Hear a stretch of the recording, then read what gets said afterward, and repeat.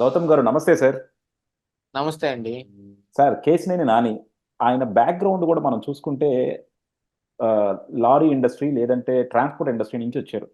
So transport industry నుంచి వచ్చిన వాళ్ళు కూడా ఎప్పుడు మాట తీరు కొద్దిగా కరుగ్గా ఉంటుంది, కొంచెం అహంభావంగా అవును. ఉంటారు, కొంచెం ర్యాష్గా ఉంటారు.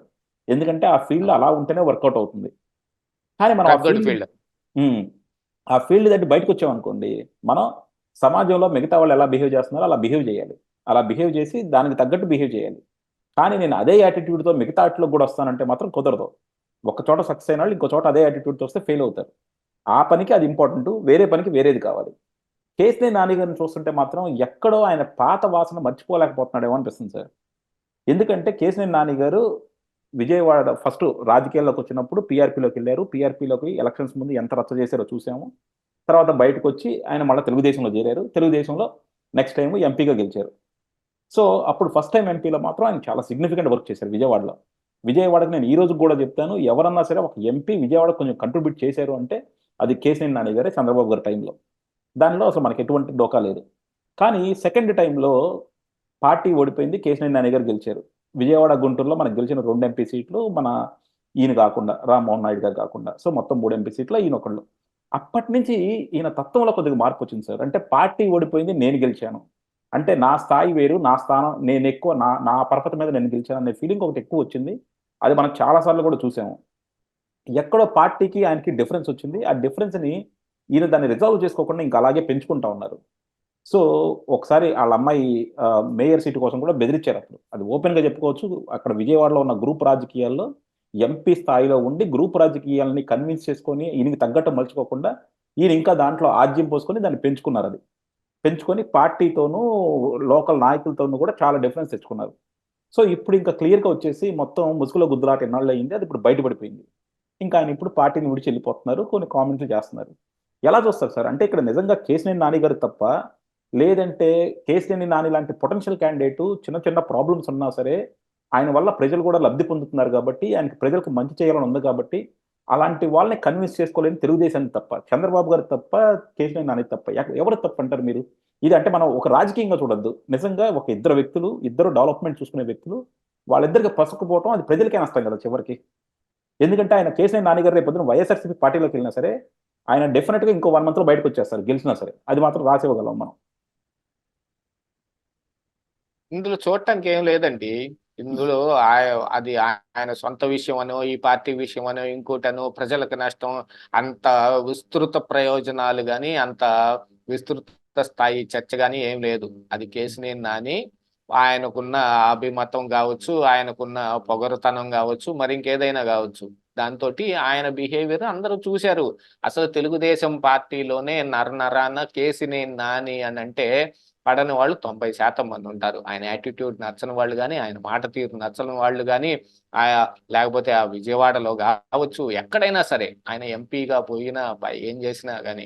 అంటే ఇప్పుడు అభివృద్ధి పనులు అని అంటే గెలిస్తే వేరే ఎవరైనా కూడా చేస్తారు. లేదు, అంతకు ముందు చేయలేదు కదా, ఈయన వచ్చినాకే చేశారు కదా అని అంటే ఈయన వచ్చిన తర్వాత ఉండే అవకాశాలు వేరు. ఈ ఆ అవకాశాన్ని బట్టి కూడా చేసే పరిస్థితులు వస్తాయి. అందున చెయ్యాలనే ఉద్దేశం కూడా కొంచెం ఉంటే చాలు, అది జరుగుతుంది. కాకపోతే ఏంటంటే పార్టీకి ఎప్పుడు ఇలాంటి వ్యక్తులు అవసరమా, ఇలాంటి వ్యక్తులకు పార్టీ అవసరమా అనే దగ్గర కొంచెం సందిగ్ధం ఏర్పడిద్ది. పార్టీకి ఒక line and length, rule and regulations ఉండాలి. అందులో ఎవరైనా సరే అధినాయకుడు నుంచి కింద ఉన్న వాళ్ళ దాకా ఆ లైన్ అండ్ లెంత్ లోనే ఫాలో అవ్వాలి. కాకపోతే ఏంటంటే ఇది లోకల్ పార్టీస్ లో, ప్రాంతీయ పార్టీల్లో అధినాయకుడు ఏది చెబితే అది రూల్ కింద మారిపోయింది. మిగతా ఎవరేం చెప్పినా దాన్ని పెద్దగా ఎవడేం పట్టించుకోడు.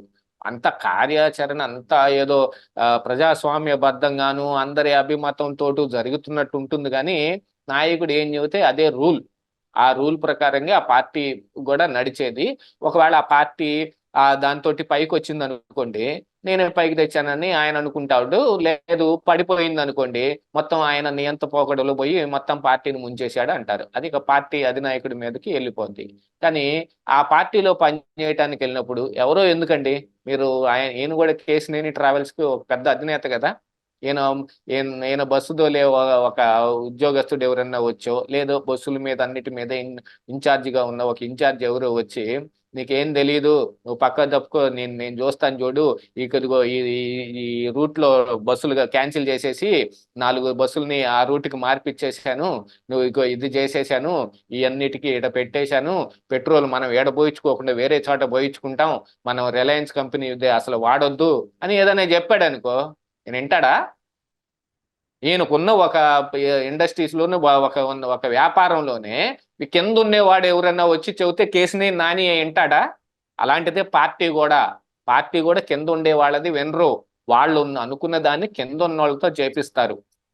దాన్ని ఫాలో అయ్యి చెయ్యాల్సిన అవసరం కింద ఉన్న వాళ్ళకు ఉంటుంది. అందుకనే చాలా మంది ఈ తరంలో కాదు కానీ మా నాన్న వాళ్ళ తరంలో పెద్దవాళ్ళు వీళ్ళు ఏదైనా ఉద్యోగానికి పోతామని అంటే పెద్దవాళ్ళు ఒకటి కింద పని చేయటానికి ఎందుకురా పోయేది, నువ్వే ఇక్కడ ఉన్న మనకి భూములు ఉన్నాయి, వ్యవసాయం చేసుకో, ఇక్కడ బాగా పంటలు పండించు అనేవాళ్ళు.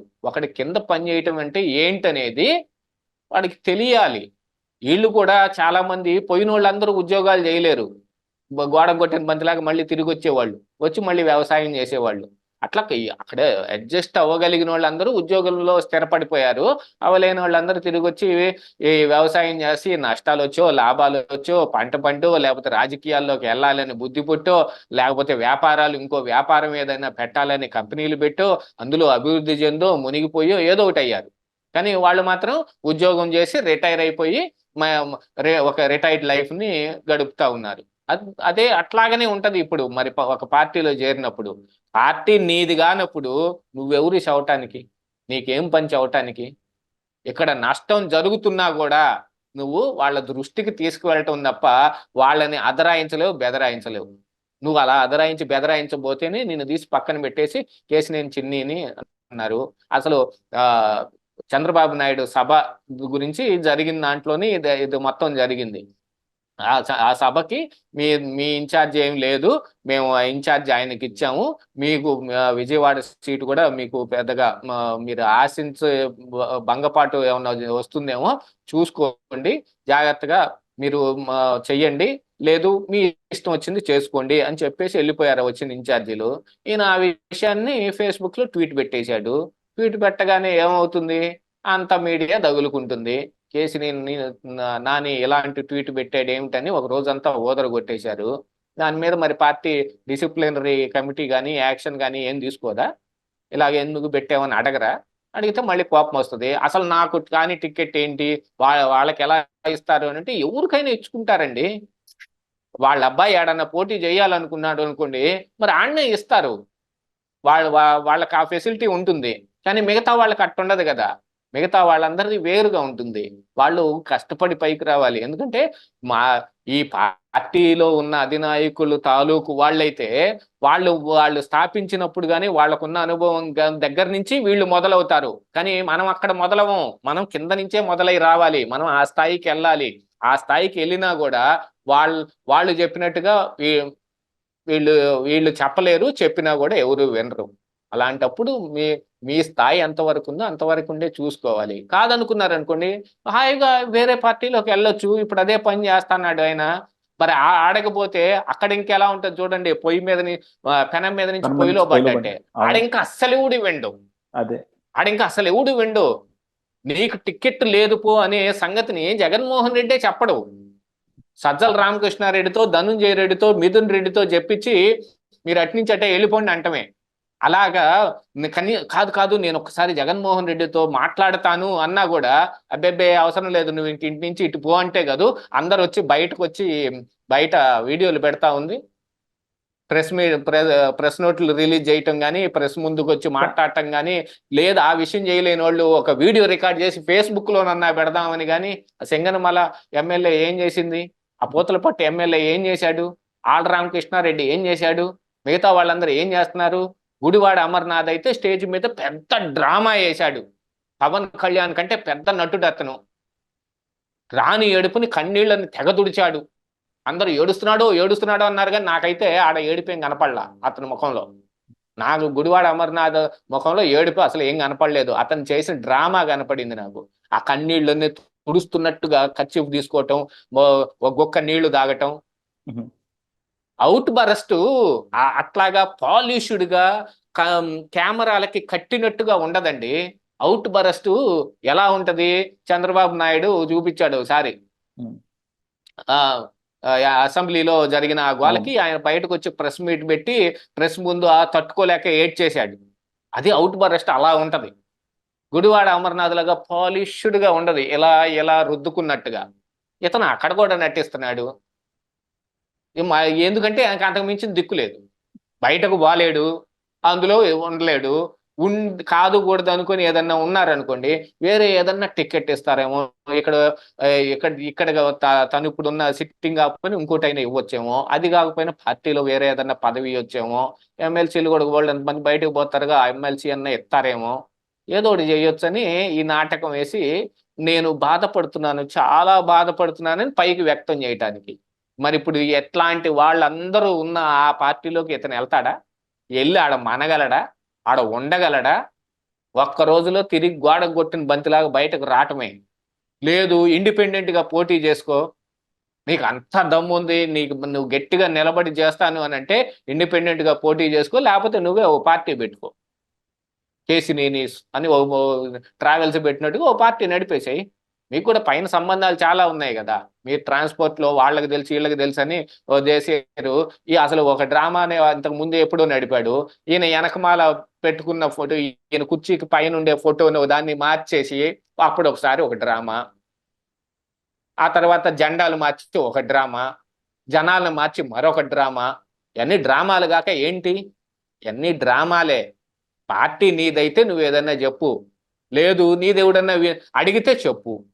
లేదు అట్ట కాదు, వీళ్ళందరూ ఇక పార్టీ మందే అని ఓన్ చేసేసుకున్నట్టుగా పార్టీ మొత్తానికి వాడు వేస్ట్ వీడు వేస్ట్, నువ్వే పెద్ద వేస్ట్, ఇలా వేస్ట్ వేస్ట్ అనేవాడే పెద్ద వేస్ట్. ఆ బోండవ్వమ్మ ఏం గెలుస్తాడు, ఇతను ఏం గెలుస్తాడని అప్పుడు నోటుకొచ్చిన తొత్తర వాగుడంతా వాగారు. ఈరోజు టికెట్ ఇయ్యలేదని ఎందుకు ఏడుస్తా? ఓ ఇండిపెండెంట్ గా నిలబడు, దమ్మేందో చూపించు, చచ్చినట్టు మూసుకొని మీరేమన్నా వస్తారేమో చేర్చుకుంటారు. లేదు ఇంకో పార్టీలోకి వెళ్ళి ఆడ వాళ్ళకి అడుగులు మడుగులు వస్తా పడి ఉండటమే తప్ప ఆడేం లేదు, లేకపోతే పార్టీ పెట్టుకో. అంత మించి వేరే ఉంటది? ఇంత మించి ఏమైనా చవటానికి ఏమైనా ఉంటుందా? అసలు అంటే చేసిన నాని గురించి కేసినేని నానికి చంద్రబాబుకి అంటే ఇప్పుడు చంద్రబాబు స్థాయి కాదు కేసినేని నానిది ఏదైనా గొడవ పెట్టుకోవడానికి కూడా. అలాగే లోకేష్ అయినా చూసుకున్నా అసలు వాళ్ళిద్దరికి అసలు డిఫరెన్స్ ఎక్కడ వచ్చిందండి సార్? ఎందుకంటే ఇప్పుడు కేసినేని నాని నిజంగా చూసుకున్నా సరే ఇప్పుడు వైఎస్ఆర్సీపీకి వెళ్తే ఇందాక మీరు అన్నట్టు ఏంటంటే పొయ్యిలో నుంచి పెనంలో నుంచి పొయ్యి మీద పడినట్టే. ఎందుకంటే ఇప్పుడు వైఎస్ఆర్సీపీకే దిక్కు లేదు, అక్కడే అసలు ఎవరికి గెలుస్తారో లేదో, జగన్మోహన్ రెడ్డి కూడా గెలుస్తాడో లేదో అన్న అనుమానంలో వాళ్ళు ఉన్నారు. అలాంటప్పుడు ఈయన అందులోకి సాధించేది ఏముంది? ఇప్పుడు ఒకవేళ లేదు నిజంగా నువ్వు గెలిచే పార్టీ అయితే వెళ్ళి బెదిరించవచ్చు, కానీ నువ్వు ఓడిపోయే పార్టీకి వెళ్ళి ఎవరిని బెదిరిద్దాం అనుకుంటున్నావు? అసలు నిజంగా నీకు అసలు ఇప్పుడు అధినాయకత్వంతో అసలు నీకు తేడా ఎక్కడొచ్చింది అంటే ఇప్పుడు చంద్రబాబుకి లోకేష్కి అందరూ చెప్పేది ఏంటంటే లోకేష్కి ఆయనకి ఎక్కడో పడలేదు, వాళ్ళిద్దరి మధ్య సఖ్యత లేదు. ఎందుకంటే మన చంద్రబాబు జైల్లో ఉన్నప్పుడు కూడా ఈయన పాపం బాగానే తిరిగినట్టున్నాడు అక్కడక్కడ.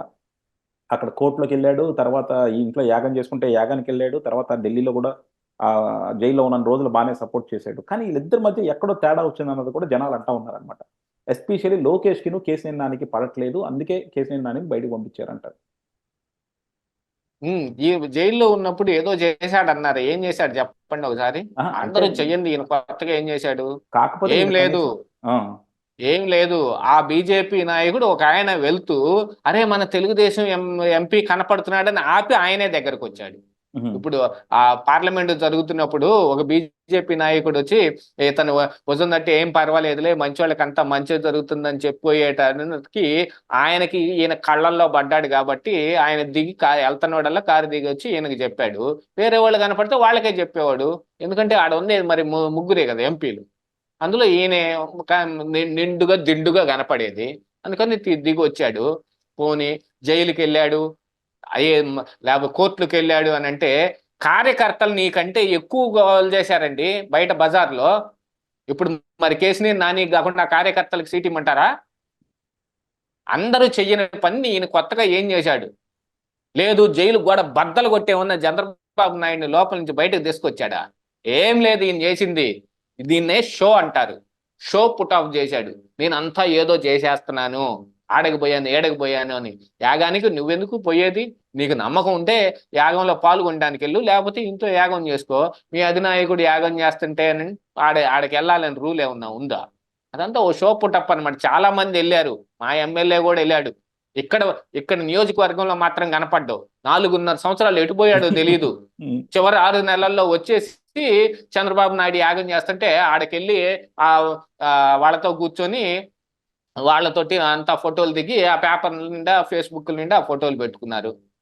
కానీ క్షేత్ర స్థాయిలో చూస్తే ఏం చేస్తున్నారు? దీన్ని షో పుటప్ అంటారు. కేసినేని నాని కూడా అదే చేశాడు, అంతకుమించి వేరే ఏం చేయలేదు. కొన్ని ఇక లోకేష్ తోటి గొడవలు అన్నారనుకోండి, మీరే సమర్థులైతే గనక లోకేష్కి మీకెందుకు గొడవ వస్తుంది? లేదు, మీరే సమర్థులైతే గనక లోకేష్కి మీకు గొడవ ఉన్న చంద్రబాబు నాయుడు మిమ్మల్ని ఎందుకు వదులుకుంటాడు? ఆయనకు మాత్రం తెలివి లేదా? 40 సంవత్సరాల రాజకీయ జీవితంలో ఎన్ని ఒడిదుడుకుల్ని చూసి వచ్చాడు. మొన్నటికి మొన్న జైలుకి వెళ్ళిన దాంతో కూడా పార్టీని ఎటు పోకుండా ఆయన జైల్లో ఉండి నడుపుకున్నాడు. ఆయన జైల్లో ఉండే మొత్తం అంతా నడుపుకున్నాడు. బయట ఉన్న వాళ్ళందరినీ ఏమేం చేయాలి, ఎవరికి చేయాలి అని ములాఖతులకు వచ్చినప్పుడు చేసుకున్నాడు. దాంతో పాటుగా ఏంటంటే ఆయన జైల్లో ఉన్నాడు, ఈ బయట వీళ్ళందరూ కూడా మంచి పనే చేశారు. అందుకని ఈ పని అంతటికి ఇప్పుడు చంద్రబాబు నాయుడికి ఏం వరగబెట్టేసిద్ది? వీళ్ళందరూ చేసిన జైలు దగ్గరికి తిరిగి వచ్చింది కానీ, కోర్టులకు తిరిగి వచ్చింది కానీ, కోర్టులో వాదించింది లాయర్లు, ఆ లాయర్లకు పే చేసుకుంది పార్టీ, ఆ లాయర్లను తెచ్చుకునే సత్తా చంద్రబాబు నాయుడుది. చంద్రబాబు నాయుడే తెచ్చుకున్నాడు. కేసినేని నాని ఏమైనా సిద్ధార్థ లోత్రా అని మాట్లాడి తీసుకొచ్చాడా? లేకపోతే మిగతా వాళ్ళందరినీ ఏమైనా తీసుకొచ్చాడా? అది చంద్రబాబు నాయుడికి జాతీయ స్థాయిలో ఉన్న అనుభవంతో కానీ, లేకపోతే పరిచయాలతోటి కానీ, దాంతో కానీ వచ్చిన వాళ్ళు. మరి జైల్లో పెట్టింది జగన్మోహన్ రెడ్డి, బెయిల్ ఇచ్చింది హైకోర్టు. ఏం చేశాడు కేసినేని నాని? ఏం చేయలేదు కదా. అప్పుడు ఎవరైనా ఏం చేయగలిగేది ఉండదండి. అందరు ఎంత చేశాడో ఆయన కూడా అంతే చేశాడు. కొత్తగా గొప్పగా చేసేది ఏం లేదు అక్కడ. కాకపోతే అందరూ చెయ్యని పని ఈయన ఇంకొకటి చేశాడు. నోటి తుత్తర, నోటికి వచ్చింది మాట్లాడాడు. ఆయన ఎంపీగా గెలిచిన దగ్గర నుంచి ఆయనకు వచ్చినంత అహంభావం ఇంక ఊరికి రాలా. ఏదో అసలు పార్టీయే గెలవకపోయినా కూడా మేము గెలిచాం అనుకున్నారు. మీతో పాటు మిగతా ఇద్దరు గెలిచారు కదా. అలా జయదేవ్ గెలిచాడు, రామ్మోహన్ నాయుడు గెలిచాడు. వాళ్ళిద్దరు గెలుపు కదా. కేసినేని నాని గెలుపు ఒక్కటే గెలుపా? ఏం కాదు కదా. అందరితో పాటు అని అనుకున్నాం అనుకోండి, ఏ గొడవ రాదు. కాదు మనమే గొప్ప అనుకున్నారనుకోండి, ఇట్లాంటివి వచ్చి తీరుతాయి.